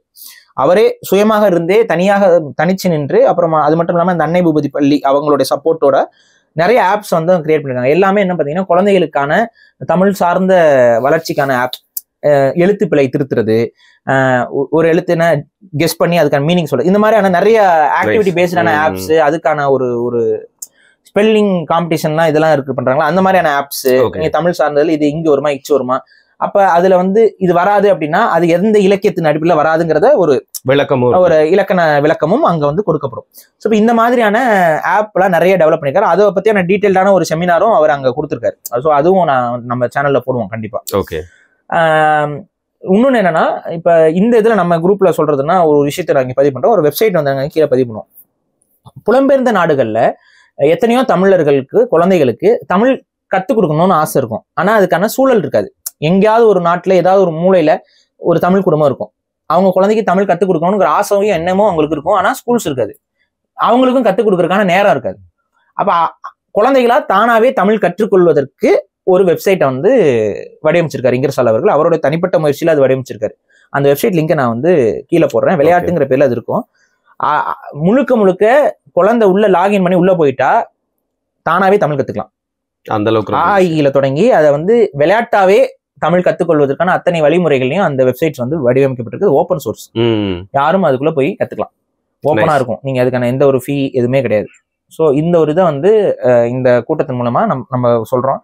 புலம்பெயர்ந்த நாடுகள் வாழக்கூடிய தமிழர்கள் அவங்களுடைய மொழியை வளர்ப்பதற்கு, குழந்தைகளுக்கு தமிழ் மொழியை இன்ட்ரடியூஸ் பண்றதுக்கு இது ஒரு பெரிய உதவியா இருக்கும். ஸோ இந்த மாதிரியான ஆக்கப்பூர்வமான விஷயங்களை நாங்க அங்க போய் செஞ்சிருக்கோம். இதுல இங்க கரிகாலன் தமிழ் பேரவைக்கும் அதோடைய தலைவராக இருக்கக்கூடிய ஜெயசிங்கம் அவர்களுக்கும் ஒரு பெரிய நன்றியை நம்ம இங்க பதிவு செய்யறோம். அது மட்டும் இல்லாம உலக தமிழ் சங்கங்களுக்கு ஒரு அறிவிப்பையும் நாங்க சொல்றோம். காரணம் என்ன, கரிகாலன் பேரவைங்கிறது வந்து பாத்தீங்கன்னா ஒரு 10 வருஷமா அவங்க செயல்படுறாங்க. ஆனா ஒரு பெரிய ஃபெட்னா மாதிரியோ ஒரு பெரிய ஒரு கட்டமைப்பு கொண்ட ஒரு இயக்கமானா கிடையாது. அவங்க ஒரு சாமானிய ஒரு 10 பேர் 20 பேர் சேர்ந்து ஆரம்பித்த ஒரு சாமானியர்களால் நடத்தப்படக்கூடிய ஒரு தமிழ் சங்கம் தான். அவங்கனாலே இவ்வளவு சாதனைகளை செய்ய முடியுது. இப்ப நீங்க சில அமெரிக்கால இருக்கக்கூடிய தமிழ் சங்கங்கள்லாம் கோடிகள்ல பொருளும். அது சிலர் அந்த தமிழ் சங்கத்திலேயே சில பேர் உள்ள புந்துக்கிட்டு தெலுங்கன் என்று சொல்லடா தலைமை இருந்து இல்லடான்னு ஒரு சர்ச்சையெல்லாம் வந்துச்சு நடுவுல. அப்படிலாம் வந்து பண்ணி நடந்து இப்ப அந்த ஃபெட்னாவே 2 உடஞ்சிருக்கு. அந்த மாதிரி விஷயங்கள்லாம் நடந்திருக்குன்னு வைங்களேன். புரிஞ்சுக்கணும், தமிழ் சங்கங்கள் அவங்களுக்குள்ள ஒரு ஒருங்கிணைப்பை உருவாக்கி கொண்டு ஒன்றாக செயல்பட வேண்டும்ங்கிறது தான். ஒரு நெட்வொர்க்கிங்கை ஃபார்ம் பண்ணி தமிழ் சங்கங்கள் எல்லாம் ஒருங்கிணைஞ்சு அவங்களுக்குள்ள இந்த மாதிரியான ஆப்ஸ் டெவலப் பண்ணிக்கலாம். இல்லை இந்த ஆப் டெவலப் பண்றதுக்கான இன்னும் கொஞ்சம் ஃபினான்ஷியல் சப்போர்ட்டும் கூட மற்றவங்க பண்ணலாம், செஞ்சுக்கிட்டு இருக்கிறாங்க. அப்போ இந்த தொடர்பு இந்த ஆப்பை வந்து நீங்க ப்ரமோட் பண்ணலாம், அங்க இருக்க குழந்தைகளுக்கு இதை இன்ட்ரடியூஸ் பண்ணலாம். புரியுதுங்களா? ஸோ இந்த மாதிரியான சில விஷயங்கள்லாம் வந்து ஒரு எல்லாரும் ஒன்று சேர்ந்து செய்யணும் அப்படிங்கிறது ஒரு அறைகூவல். அதுக்கப்புறம் அதுல நாங்கள் சில தீர்மானங்களை நிறைவேற்றணும். அதுல வந்து பாத்தீங்கன்னா தமிழர் சார்ந்து தமிழருக்கு விரோத செயல்பாடுகளில் ஈடுபடுபவர்களை தமிழ் சங்கங்கள் முன் வந்து கண்டிக்கணும். இன்னைக்கு வரைக்கும் பல தமிழ் சங்கங்கள் செய்யறது என்னன்னு பாத்தீங்கன்னா சினிமா நிகழ்ச்சிகள் நடத்துறாங்க. தமிழ் சங்கமா இருக்கும்.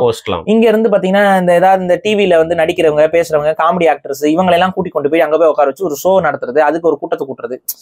இதனால தமிழ் மொழி வளராது. இதனால எந்த ஒரு வளர்ச்சியும் கிடையாது. இது ரொம்ப தப்பா தான் போய் நிற்கும். ஆனா உண்மையாகவே தமிழ் மொழி வளர்க்கணும் அப்படின்னா அதற்கான நடவடிக்கைகளை தமிழ் சங்கங்கள் இறங்கணுங்கிறத ஒரு விஷயமா இதுல பண்ணிருக்காங்க. கிராமிய கலைஞர்கள் அவங்க எல்லாம் கூப்பிட்டு இது பண்ணலாம். கிராமிய கலைஞர்கள் கலைகளை கற்றுக் கொடுக்கலாம், ஆன்லைன் வகுப்புகள் நடத்தலாம், அவங்களுக்கு ஒரு சம்பளத்தை கொடுத்துட்டு ஆன்லைன்ல கிளாஸ் நடத்தலாம்ல. புரியுது? இங்க அவங்களுக்கு ஒரு பொருளாதாரம் அமையும், ஆன்லைன்ல ஒரு கரகாட்டத்தை கத்துக் கொடுக்கலாம். சமீபத்துல இலங்கையில கூட வந்து பாத்தீங்கன்னா ஈழத்துல அந்த ஒரு டான்ஸ் ஷோ எல்லாம் நடத்தி அவங்களே நிறைய இந்த மாதிரியான தவறுகளை செய்யாதீங்க அப்படிங்கிற ஒரு வழிகாட்டல், எப்படி செய்யலாங்கிற ஒரு வழிகாட்டல் எல்லாமே அந்த இதுல கலந்தாய்வுல உண்மையிலேயே பல ஆண்டுகள் கழித்து தமிழ் சமூகத்தால் முன்னெடுக்கப்பட்ட ஒரு சிறந்த கருத்தரங்காக அது இருந்தது. நிறைய பேர் அதுல பெரிய ஆளுமைகள் வந்து அவங்க கருத்துக்களை பதிவு பண்ணி எப்படி தமிழ் சமூகத்தை அடுத்த கட்டத்துக்கு எடுத்துட்டு போகலாம் அப்படிங்கிறத பதிவு செஞ்சிருக்கிறோம். அது வந்து கண்டிப்பா இந்த தமிழ் சமூகத்துக்கான ஒரு பெரிய இருக்கும். இதுல இன்னொன்னு என்னன்னா, ஜெயசிங்கம் அவருடைய வீட்டுல தான் நான் தங்கியிருந்தேன். எந்த ஒரு நாளுமே எந்த ஒரு குறையுமே நம்ம யோசிச்சா கூட குறை சொல்ல முடியாது. உபசரிப்பு, நம்மளோட விருந்தோம்பல் தன்மை, தமிழரோட விருந்தோம்பல் எப்படி இருக்குங்கிறதுக்கு ஒரு எடுத்துக்காட்டா அவர் இருந்தார். நம்ம வந்து சொல்லி ஆகணும். அவர் மட்டும் இல்ல, அவருடைய செயலாளராக இருந்த கீத் ஸ்டீபன் அவரும் அவரோட வீடுகள்லயும் போய் தங்கி அவரும் வந்து பாத்தீங்கன்னா நமக்கு நிறைய விஷயங்கள், அப்புறம் போகும்பொழுது சில அன்பளிப்புகளாகலாம் வந்து எதிர்பார்க்கல, சில விஷயங்கள்லாம் வந்து அவங்களாக முன் வந்து நம்ம ஒரு நெகிழ வச்சுட்டாங்கன்னு வைங்களேன், நமக்கு வந்து நினைவுக்காக சில பரிசுகள் நமக்கு வந்து இதெல்லாம் வந்து செய்யணும்னு அவசியம் இல்லை, ஒரு ரத்த சொந்தம் போல நடத்துறதுன்னு ஒண்ணு இருக்குல்ல. அதுக்கப்புறம் நாங்க போகும்போது அவங்களுடைய கண்கள் வந்து கொஞ்சம் கசிஞ்ச தன்மையில தான் இருந்துச்சு. அது கொஞ்சம் சொன்னா எமோஷனலா இருக்கும். பட் ஆனா அவங்க அப்படிதான் 20 நாள் பழக்கம். ஆனா இந்த 20 நாள் பழக்கத்துல அவங்க அந்த அளவுக்கு அன்பு காட்டுறாங்க. புரியுது. அந்த அளவுக்கு நம்ம மேல நம்பிக்கை வைக்கிறாங்க, அந்த அளவுக்கு அன்பு காட்டுறாங்க. இன்னொன்னு சொல்ல வேண்டிய விஷயம் என்னன்னா, மன்னன் அவரை நம்ம ப்ரொஃபஷனலா நமக்கு தெரியும் பழக்கம். ஆனா அவருடைய ஃபேமிலியோட பழகக்கூடிய வாய்ப்பு வந்து அவரோட மகனோட இந்திரனோட பழகக்கூடிய வாய்ப்பு எனக்கு ரொம்ப அதிகமா. உங்க சேனல்ல முதல் முறையா மன்னனும் வந்திருந்தாரு. ஆமா. அப்ப அது ஒரு நல்ல ஒரு விஷயம் வைங்களேன். ஏன்னா ஒரு தமிழ் சமூகத்தை சார்ந்தவர்கள் நம்ம ப்ரொஃபஷனலா ஹாய் ஹலோன்னு பழகிறது ஒண்ணு, அது போக உறவுகளாக பழகிறது அதுக்கான ஒரு வாய்ப்பு அமைஞ்சு அது ஒரு மறக்க முடியாத அனுபவம், மறக்கவே முடியாத அனுபவம். கூட என் கூட தாங்க அவங்க 2 பேரும் ஜோடியா போயிட்டாங்க. என் கூட தாங்க இந்திரன் இருந்தாப்புல, குட்டி பையன் என் கூட தான் இருந்தாப்புல. முழுக்க நம்ம தான் கூடவே இருந்துட்டு பண்ணிட்டு இருந்தோம். அது ஒரு நல்ல ஒரு எக்ஸ்பீரியன்ஸ் வைங்களேன், குழந்தையோட இருக்கிறது. அப்புறம் நல்லா இருந்துச்சு, அது இருக்கு. அதுக்கப்புறம் அங்க என்ன சொல்றேன், நார்வே பொறுத்த வரைக்கும் அவங்களுடைய கலாச்சாரம் பண்பாடு கொஞ்சம் சில விஷயங்கள் நம்ம கொஞ்சம் இந்த ஷாக்கிங்கா இருக்கலாம், சில விஷயங்கள் இருக்கலாம். ஆனா அவங்க அந்த நாடு வந்து வரவேற்குது, நிறைய பேரை வரவேற்குது, மரியாதையை நடத்துது. உங்களுக்கு வந்து மரியாதை குறைவாக ஒரு ரேசிசம் அப்படிங்கிறது வந்து பெரிய அளவுல கிராமப்புறங்கள்ல போனா இருக்கும் அப்படிங்கிற மாதிரி சொன்னாங்க. பட் நான் ஃபேஸ் பண்ணல. நான் போன இடத்துலயே கடைகள்லயே எல்லாருமே சிரிச்ச முகத்தோட தான் நம்மளை வரவேற்றாங்க. நம்ம ஏதாவது பொருள் வாங்குறது போறதுன்னா ஆக்சுவலா என்னெல்லாம் வாங்கவே விடலை. நம்ம ஏதாவது நம்ம வீட்டுக்கு வாங்கிட்டு போறதுக்கு நம்ம போய் பொருள் வாங்குறதுக்கு போனா கூட அவங்க உள்ள போந்து இது பண்ணிட்டாங்க. நானே வந்து ஏங்க இப்படிலாம் பண்ணீங்கன்னா அப்ப நான் எதுவுமே வாங்க மாட்டேங்க, நான் வந்து கொண்டு வந்த காசுக்கு நான் வாங்கிட்டு போகணுங்கன்னு சொல்லிட்டு கொண்டு வந்த காசுக்கு நான் அப்புறம் கொஞ்சம் வாங்கிட்டு வந்தேன்னு வைங்களேன். அந்த அளவுக்கு நம்மள உபசரித்தார்கள். இதுல ஒரு நெகிழ வைக்கக்கூடிய ஒரு விஷயம் என்னன்னு பாத்தீங்கன்னா, நம்ம இந்த அறிவிப்பு கொடுத்தோம் பாத்தீங்களா, நம்ம வீடியோ வந்துச்சுல, நாங்க நார்வேல இருந்துட்டு எல்லா தமிழர்கள் சப்போர்ட் பண்ணணும் அப்படின்னு சொல்லி போட்டோம். போட்டி நிகழ்வு வேற ஏதோ வைக்கிறாங்க. அது இன்னொரு நிகழ்வு வந்து பாத்தீங்கன்னா சினிமா நிகழ்வு. அது அதே நாள்ல அதே டேட்ல வருது. அந்த நிகழ்வு வந்து பாத்தீங்கன்னா முழுக்க பிறமொழியாளர்களை கூப்பிட்டு வச்சு கௌரவிக்கிறார். அது கண்டிச்சு நாங்க அறிக்கையும் விட்டுருந்தோம் அங்கே இருந்தே. சோ அதுக்கு எதிராக நாங்க பேசி சொல்லியிருந்தோம். அப்ப தமிழர்கள் தான் வந்து இது பண்ணணும் அப்படிங்கும்போது இந்த வீடியோவை பார்த்துட்டு அதுக்கப்புறம் பிளான் பண்ணி லண்டன்ல இருந்து ஒரு ஃபேமிலி வந்திருந்தாங்க. அவங்க வந்து எனக்கு ஒரு ட்ரெஸ்ஸும் கூட அவங்க எடுத்து கொடுத்தாங்க. ஒரு ட்ரெஸ்ஸோட தான் வந்துருந்தாங்க. அதேதான் இதே மாதிரி ஒரு சட்டை வந்து ஒரு கட்டம் போட்ட சட்டை வாங்கி கொடுத்தாங்க. அவங்க எனக்கு ஒரு மன்னர் உங்களுக்கு 2 பேருக்குமே வாங்கிட்டு இருந்தாங்கன்னு வைங்களேன். அவங்க எல்லாம் வந்து பாத்தீங்கன்னா லண்டன்ல இருந்து உடனே கிளம்பி வந்தாங்க. இது ஏன் நான் உடனேங்கிறத சொல்றேன் அப்படின்னா, அந்த டைம்ல வந்து ஃபிளைட் டிக்கெட்ஸ் எல்லாம் ஸ்கை ஹை ரொம்ப அதிகமா இருந்துச்சு. யாரும் வர முடியாதுன்னு தான் ஃபீல் பண்ணிருந்தோம். அப்ப அவங்க உடனே அவங்க கிளம்பி வந்தாங்க, வந்தே ஆகணும் அப்படிங்கறதுக்காக கிளம்பி வந்தாங்க. அதெல்லாம் நம்ம கொஞ்சம் ஒரு மாதிரி நம்மளை பாக்குறதுக்கு இவ்வளவு தூரத்துல இருந்து வர்றதுங்கிறது கொஞ்சம் பெரிய விஷயம் தான். லண்டன்ல இருந்து உடனே கிளம்பி வராங்கிறது, அவங்க ஃபேமிலியோட வந்திருந்தாங்க. அது வந்து கொஞ்சம் வந்து கை குழந்தை வேற இருந்துச்சு. ரொம்ப எனக்கு நிகழ்ச்சியா இருந்துச்சு. அதுக்கு அடுத்து வந்து பாத்தீங்கன்னா போலாண்ட்ல இருந்து ஒரு நபர் வந்திருந்தாரு. அப்புறம் ஸ்வீடன் ராணுவத்துல இருக்கிற ஒருத்தர் வந்து அவரும் வந்து ராணுவ தமிழர், ஆனா வந்து அவர் வந்து சந்திச்சு இது பண்ணவங்களை பார்க்கணும் அப்படின்ட்டு. இவங்கெல்லாம் வந்து அந்த லாஸ்ட் மினிட் கால்ல டக்குன்னு உலகத்துல இருந்து எல்லாம். இன்னொருத்தர் வந்து நார்வேக்காரரு, அவர் வந்து தூரமா தான் இருந்தாரு. அவர் வந்து பாத்தீங்கன்னா காலையில தான் ஃபோன் பண்றாரு. ஈவெண்ட் வந்து இது காலையில கொஞ்சம் விடிய காலை வந்து ஃபோன் பண்ணி இந்த மாதிரி இப்பதான் நான் பார்த்தேன், எனக்கு அனுப்பிச்சாங்க, நான் இப்படி பண்ணோம்னா அவரு நம்ம கீத் ஸ்டீஃபன் அவர் தான் அவர் தான் செயலாளர். அவர் என்ன சொல்லிட்டாரு, இப்ப நீங்க நினைச்சா இப்ப கூட கிளம்பி வரலாம் அப்படின்னு ஒரு ஃபிளைட்ல இல்ல டிரைவிங்ல பை டிரைவ் வந்து 2.5 hours அந்த பக்கம் அவர் இருந்திருக்காரு. அவர் யோசிச்சுட்டு சரிங்கன்னு சொல்லிட்டு அவரு கிளம்பி வந்துட்டாரு. ஸோ இந்த மாதிரிலாம் வந்து இந்த தமிழுக்காக சக தமிழர்களை சந்திக்கிறதுக்கு இவ்வளவு மெனக்கெட்டு வர்றதெல்லாம் வந்து உண்மையிலேயே நிகழ்ச்சியா இருந்துச்சு நமக்கு. அந்த ஒரு இது நமக்கு வந்து நம்ம சரியான பாதையில தான் போயிட்டு இருக்கோம் அப்படிங்கறத நமக்கு ஒரு உணர்த்தக்கூடிய ஒரு சில என்கரேஜ்மெண்ட் தான் அதெல்லாம் இருந்துச்சு. அதெல்லாம் வந்து ஒரு பதிவு செய்யப்பட வேண்டியது. அதுக்கப்புறம் இங்கர்சால் அவர் இங்க இருந்து கடல் கடந்து அவ்வளவு தூரத்துக்கு போய் அங்கேயும் போய் தமிழ் பணிகள் செய்யறதுங்கிறதுலாம் ரொம்ப கஷ்டமான விஷயம். அங்க போய் இத்தனை ஆப் டெவலப் பண்ணி அங்க இருக்கக்கூடிய மக்கள் அவர் வந்து அங்க ஒரு அன்னை பூபதி பள்ளியை அவர் நிர்வகிச்சு நடத்திட்டு இருக்காரு அவர் பகுதியில. அதை நீங்களே டேக்கர் பண்ணிக்கலாம். நீங்க வந்து அவங்க கிட்ட சொல்லி இது பண்ணிட்டு அந்த அன்னை பூபதியோட சிலபஸ் எல்லாத்தையும் எடுத்துக்கிட்டு நீங்களே அங்க ஆட்களை போட்டுட்டு வாலண்டியர்ஸை போட்டுக்கிட்டு நீங்களே வந்து ஒரு வீடியோ இது எடுத்து நீங்க பண்ணிக்கலாம். அதை அவர் பண்ணிட்டு இருக்காரு. புரியுது. அவர் பகுதியில அவர் குழந்தைகளுக்காக ஆரம்பிச்சு கடைசியில அங்கேயும் குழந்தைகள் எல்லாம் வந்து சேர்த்து அவருடைய ஊராக கொஞ்சம் தள்ளி, நம்ம அந்த ஊர் பேர்லாம் ஞாபகம் இல்ல, கொஞ்சம் தள்ளின்னு வைங்களேன், அவர் தலைநகரத்துக்கும் கொஞ்சம் தள்ளி தான் அவரும் இருக்காரு. ஸோ இவ்வளோ மெனக்கெட்டு தமிழ் மொழியை அங்கெல்லாம் வளர்த்துட்டு இருக்காங்க. ஸோ இங்க இருந்து நம்ம கத்துக்க வேண்டிய பாடம் என்ன தெரியுமா? எவ்வளோ பெரிய எஸ்டாப்ளிஷ்மெண்ட் தமிழ்நாட்டில் இருக்கு, எவ்வளோ பெரிய மக்கள் நம்ம இருக்கிறோம், நம்ம என்ன செய்யணும்?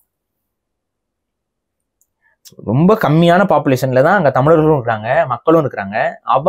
அவங்க மொழியை பாதுகாத்து கொள்ளுறதுக்காக அவங்க காட்டுற ஆர்வம், அந்த ஆர்வத்துல ஒரு 5% ஆர்வம் தமிழ்நாட்டு தமிழர்கள் காட்டினாங்க அப்படின்னா நம்ம நாடு எவ்வளவோ மாறி இருக்கும். இயற்கை வளத்தெல்லாம் அப்படி பாதுகாக்கிறாங்க நார்வேல. தண்ணீர் ஓடிக்கிட்டே இருக்குங்க, எல்லா பக்கமும் நீர் இருக்கு, பாறைகள் தான் நாடே பாறை.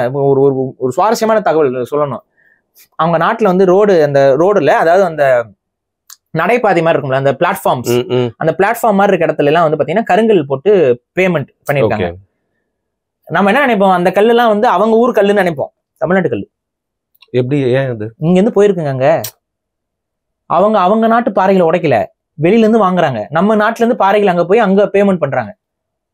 இது ஆக்சுவலா நம்மளுக்கு கெட்டது, அவங்களுக்கு நல்லது. அவங்க ஊர் மலைகளை உடைக்காம பண்றாங்க, நிறைய டனல்ஸ் கட்டிருக்காங்க, எல்லாம் பண்றாங்க. ஆனா இயற்கையை எக்ஸ்ட்ராவா அவங்க சிதைக்கிறதே இல்லை, இயற்கையோடயே தான் இருக்கிறாங்க. வீடுகள் சுத்தி மரங்கள் எல்லாம் இருக்கு, அவ்வளவு இயற்கையா பாதுகாங்க. நீங்க அங்க ஒண்ணு இல்லை, அங்க போய் இறங்கி நீங்க சுவாச்சு பாருங்க, அந்த காற்றை சுவாச்சு பாருங்க, அவ்வளவு சுத்தமான காற்று. நீங்க தலைநகரத்துலயுமே அவ்வளவு சுத்தமான காற்று தான் வருது. எலக்ட்ரிக் வண்டிகளை வந்து அதிகமா ப்ரொமோட் பண்ணி இன்னைக்கு எலக்ட்ரிக் வண்டிகள்லாம் அதிகமா, நான் போன வீடுகள் எல்லார் வீட்லயுமே எலக்ட்ரிக் வண்டி, எல்லார் வீட்லயும் ஒரு வண்டி எலக்ட்ரிக் வண்டி வச்சிருக்காங்க. பெரும்பான்மை எலக்ட்ரிக் வண்டியை தான் பயன்படுத்துறாங்க. டீசல் வண்டி இதெல்லாத்தையும் இந்த கொஞ்சம் பெரிய சைஸ் வண்டிங்கும் போது டீசல் வண்டி வச்சிருக்காங்க. அப்ப இதெல்லாம் பார்க்கும்பொழுது அவங்க சொல்றாங்க எல்லா பக்கமும் அவங்களுக்கு எலக்ட்ரிசிட்டி வந்து சப்ளை இது பண்ணிட்டாங்க. கரண்டே போகாதாமா, கரண்டே ஆஃப் ஆகாதாங்க. ஏதாவது பெரிய ஹரிக்கேன், பெரிய அளவு இயற்கை சேதாரம் இது மாதிரி ஆனாதான் கரண்ட் எல்லாம் வந்து கட் ஆகுமா. அந்த அளவுக்கு வந்து அவங்க நல்ல எஸ்டாப்ளிஷ்டா ரொம்ப டெவலப்டான நாடா மாறி இருக்காங்க. எந்த மாதிரி நாடு? ஒரு காலத்துல இந்தியா உன்ன மாதிரி ஏழை நாட்டுக்கு என்ன மக்களை அனுப்ப மாட்டேன்னு சொன்ன நாடு. புரியுது. இன்னைக்கு அவங்க தனித்த தேசிய இனமாக இருந்ததால், அவங்களுக்கு என்ற ஒரு தேசியமாக அவர்கள் கட்டமைத்து கொண்டதால், அவங்களுடைய வருமானம் எல்லாம் அவர்கள் நாட்டுக்குள்ளேயே செலவழிக்கப்படுவதால் அவங்க நாடு இன்னைக்கு பெரிய அளவு வளர்ந்துருக்கு. இப்ப அவங்களோட ஜிடிபியும் தமிழ்நாட்டு ஜிடிபியும் கம்பேர் பண்ணீங்கன்னு வைங்க, நம்மளோட கம்மியா தான் இருக்காங்க. ஓகே. ஆனா அவ்வளவு டெவலப் ஆயிட்டாங்க. நம்ம என்ன ஆயிட்டு இருக்கோம்னு பாருங்க. ஸோ ஒரு தேசிய இனமாக இருக்கும் பொழுது நமக்கு இருக்கக்கூடிய அந்த பிளஸ் பாயிண்ட்ஸ் எல்லாத்தையும் நம்ம இழந்துகிட்டு நம்ம இன்னைக்கு வந்து ஒரு அடிமைப்பட்டு கடந்து நம்ம நாட்டுல எல்லாம் கொள்ளை, ஊழல், லஞ்சம், அதுக்கப்புறம் வந்துட்டு அங்க ட்ரங்க் அண்ட் டிரைவ் பண்ணக்கூடாது. சாராய கடைகள்லாம் இருக்குங்க. ஓப்பனா சொன்னோம்னா எல்லார் வீட்லயும் சாராயம் இருக்குங்க. புரியுதுங்களா? அங்க நிறைய பேர் ஏன்னா அந்த குளிருக்கு சாராயம் குடிச்சே ஆகணுங்கிறனால எல்லார் வீட்லயும் வந்து அடுக்கி வச்சிருக்காங்க சாராயங்கள்லாம். நார்வீஜியன் வீட்டுக்குலாம் நீங்க போனீங்கன்னா சாராயமா தான் இருக்கு. அங்க நிறைய பார் இருக்கு, எல்லாம் இருக்கு. ஆனா குடிச்சு நீ வண்டி ஓட்டக்கூடாது. குடிச்சு நீ வண்டி ஓட்டினா என்ன தெரியுமா தண்டனை? ஒன்னும் பெரிய தண்டனையே கிடையாது. லைஃப் லாங் நீ வண்டி ஓட்ட முடியாது. அவ்வளவுதான், முடிஞ்சு போச்சு. நீ லைசன்ஸும் கேன்சல் பண்ணலாம். லைஃப் லாங் லைசன்ஸ் வந்து பாஸ்லாம் பண்றது இல்ல, ஃபுல்லா கேன்சல். ஸோ அந்த அளவுக்கு அவங்க கடினமான சட்டங்கள் போட்டு அவங்க மக்களை பாதுகாக்கிறாங்க. ட்ரங்க் அண்ட் டிரைவ் இருக்கக்கூடாதுங்கிறதுக்காக. பொது இடத்துலயும் குடிக்கக்கூடாது, அதுக்கும் கடுமையான தண்டனை. ஸோ எதுவுமே வந்து குடிக்கிற சம்பந்தமானதெல்லாம் பொதுவில் பண்ணக்கூடாது. அவ்வளோ டீசெண்டா இருக்கிறாங்க பசங்க, குழந்தைகள்லாம் இருக்கிறாங்க. தைரியமா குழந்தைகள் வெளியில போறாங்க, வராங்க. ஏன்னா அந்த ஊர் பார்த்தீங்கன்னா அப்படி வெறிச்சோடி தான் கிடக்கும். இப்போ ஒரு குழந்தை வந்து ஒரு வண்டி எடுத்துட்டு போகுது அப்படின்னா ஒரு 1 கிலோமீட்டர் 1.5 கிலோமீட்டர் ஆளே இருக்க மாட்டான், அதுக்கப்புறம் தான் அங்கே இருக்கும். அப்போ அந்த டிஸ்டன்ஸ் தனியாக தான் அது போகுது வருது. கத்துனா கூட கூப்பிடுறதுக்கு ஆள் இல்லை, ஆனாலும் அது சேஃபான நாடு. புரியுது. ஸோ அந்த அளவுக்கு அவங்க வந்து டெவலப் ஆயிருக்காங்கிறத பார்க்கும்போது நமக்கெல்லாம் கொஞ்சம் லைட்டா பொறாமையா தான் இருக்கும். அங்க போய் பார்க்கும்போது ஒரு பொறாமை எண்ணம் வரும். நம்ம நாடு இப்படி இருந்திருக்க வேண்டிய நாடாச்சு, இன்னைக்கு இவ்வளவு மோசமா போயிருக்கமே, இயற்கை வளங்கள்லாம் இவ்வளவு நாசமா போயிட்டு இருக்கேன். அவங்க இயற்கை வளங்கள்லாம் அப்படியே பாதுகாத்து வச்சிருக்கிறாங்க. இல்லை இன்னொன்னு என்னன்னா, என்னதான் இருந்தாலும் நான் வந்து சம்மர்ல போனேன், வின்டர்ல கதியே வேற. எங்கேயும் வெளியில வர முடியாது, எங்கேயும் வெளியில போக முடியாது. வந்து வேற மாதிரி இருக்கும் வாழ்க்கை, ரொம்ப கஷ்டமா இருக்கும். அவ்வளவு கஷ்டம். 6 மாசம் தான் வாழ்க்கை அப்படிங்கிற மாதிரி இருக்கிற நாடே இந்த அளவுக்கு முன்னேறி இருக்கு அப்படின்னா, எல்லா மாசமும் நம்மளால வேலை செய்ய முடியும், எல்லா மாசமும் நம்மளால உழைக்க முடியும், எல்லா மாசமும் நம்மளால வருமானத்தை ஈட்ட முடியும். அப்படி இருந்து நம்ம நாடு ஏன் முன்னேறாம இருக்குங்கிறத நம்ம தான் யோசிச்சு முடிவெடுத்துக்கணும். Okay fine. இதுதான் வந்து நீங்க இதுல மாரல் ஆஃப் த ஸ்டோரியா வந்து சொல்ல விரும்புறீங்க. இதுல வந்து உங்க பயண அனுபவங்கள் மட்டும் இல்லாம நம்ம கம்பேர் பண்ணி பாத்துக்கிறதுக்கும் நிறைய விஷயங்கள் இருக்குது. நன்றி சொல்லியிருக்கீங்க நிறைய பேருக்கு. இது முற்றிலுமா பாக்குறப்ப வந்து பாத்தீங்கன்னா இன்னொருத்தர் சொல்ல மறந்துட்டேன், நித்தின்னு ஒருத்தர், அவர் வீட்லயும் நம்ம வந்து நல்லா உபசரிச்சாங்க. சோ நன்றி சொன்னா நிறைய இருக்கும் லிஸ்ட். பிரபு கண்ணன் அவரும் நம்மள வந்து அந்த ஆஸ்லோ பள்ளியில அதுக்கான நிர்வாகம், இங்கர்சால் அவரும் சொல்லி மாலாதுன்னு வைங்களேன், அவரும் நிறைய, அவரும் அதே மாதிரி தான் நமக்கு தர்ம சங்கடமான சில கிஃப்ட் எல்லாம் கொடுத்து நீங்க உங்களுக்கு நான் கொடுத்தாகும் அப்படிங்கிற மாதிரிலாம் பண்ணிட்டாருன்னு வைங்களேன். ஸோ இதுதான் உபசரிப்பு.